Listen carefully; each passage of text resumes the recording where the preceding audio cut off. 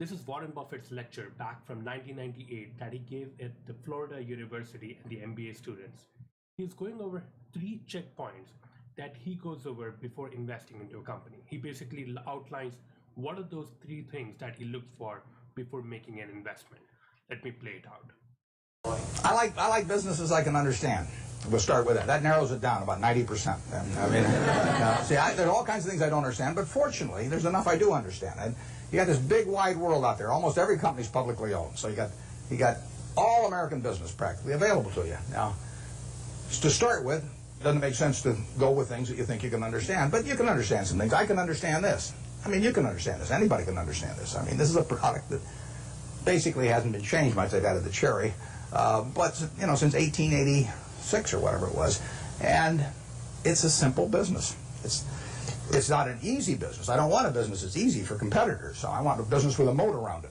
I want a very valuable castle in the middle, and then I want the duke who's in charge of that castle to be honest and hardworking and able. And then I want a big moat around the castle, and that moat can be various things. The moat in a business like our auto insurance business at GEICO is low cost. I mean, people have to buy auto insurance, so everybody's going to have one auto insurance policy per car, basically, or per driver. And I can't sell them 20, but they have to buy one. What are they going to buy it on? They're going to buy it based on service and cost. Most people will assume the service is fairly identical among companies or close enough, so they're going to do it on cost. So I got to be the low-cost producer. That's my moat. To the extent my costs get further lower than the other guy, I've thrown a couple of sharks into the moat. But all the time, if you've got a wonderful castle, there are people out there who are going to try and attack it and take it away from you. And I want a castle that I can understand, but I want a castle with a moat around it.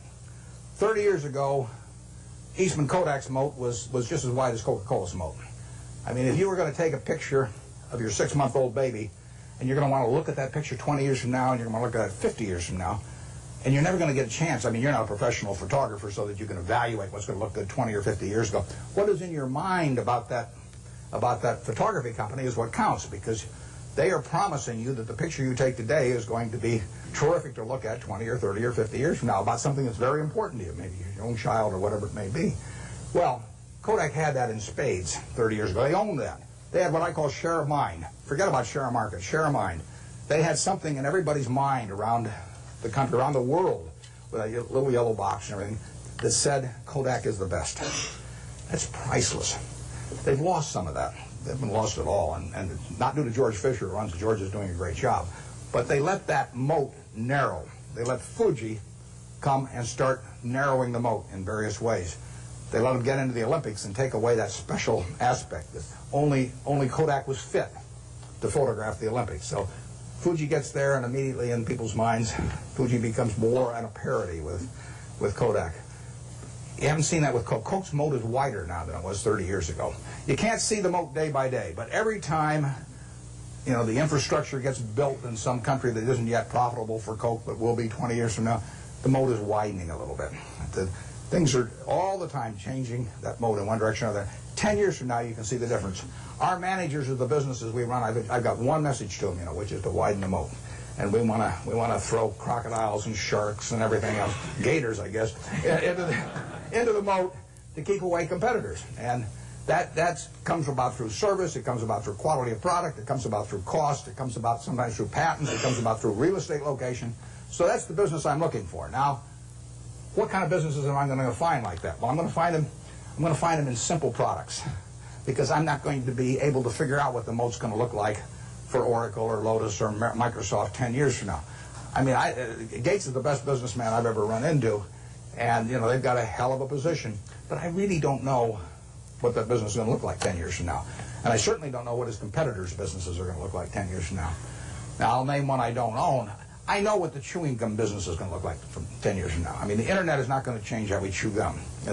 And nothing much else is going to change how we chew gum. And then are there going to be lots of new products that really, are spearmint and juicy fruit and all those going to evaporate? So it isn't going to happen. You give me $1 billion and tell me to go in the chewing gum business and try and make a real dent in Wrigley's, I can't do it. And that's the way I think about business. I say to myself, give me $1 billion and how much can I hurt the guy? Give me $10 billion. Give me $10 billion and how much can I hurt Coca-Cola around the world? I can't do it. Well, those are good businesses. Now give me some money and tell me to hurt somebody in some other fields, and I can figure out how to do it. So I want a simple business, easy to understand, great economics now, honest and able management, and then I can see about, in a general way, where they're going to be 10 years from now. And if I can't see where they're going to be 10 years from now, I don't want to buy it. Basically, I don't want to buy any stock where if they close the New York Stock Exchange tomorrow for 5 years, I won't be happy owning it. I buy a farm, and I don't get a quote on it for 5 years, and I'm happy if the farm does okay. You know, I buy an apartment house, don't get a quote on it for 5 years, I'm happy if the apartment house produces the returns that I expect. But people buy a stock, and they look at the price the next morning, and they decide whether they're doing well or not doing well. It's crazy, because they're buying a piece of a business. That's what Graham, the most fundamental part of what he taught me. You know, you're not buying a stock, you're buying a part ownership in a business. You will do well if the business does well, and if you didn't pay a totally silly price. And that's what it's all about. And you ought to buy businesses you understand. Just like if you're buying farms, you ought to buy farms you understand. It's not complicated. In calling this Graham Buffett, I mean, it's just pure Graham. I was very fortunate because I picked up a book when I was 19. I got interested in stocks when I was about 6 or 7, and I bought my first stock when I was 11, but I was playing around with all this stuff. You know, I had charts and volume, and I'm making all kinds of technical calculations and everything. And then I picked up a little book, and it just said that you're not buying some little ticker symbol that bounces around every day. You're buying a part of the business. And as soon as I started thinking about it that way, everything else followed. Very simple. So we buy businesses we think we can understand. There's no one here that can't understand the Coca-Cola company. I would say there's no one here that can understand some new internet company. And I said at the annual meeting this year that if I were teaching a class in business school on the final exam, I would pass out the information on an internet company and ask each student to value it. And anybody that gave me an answer, I'd flunk.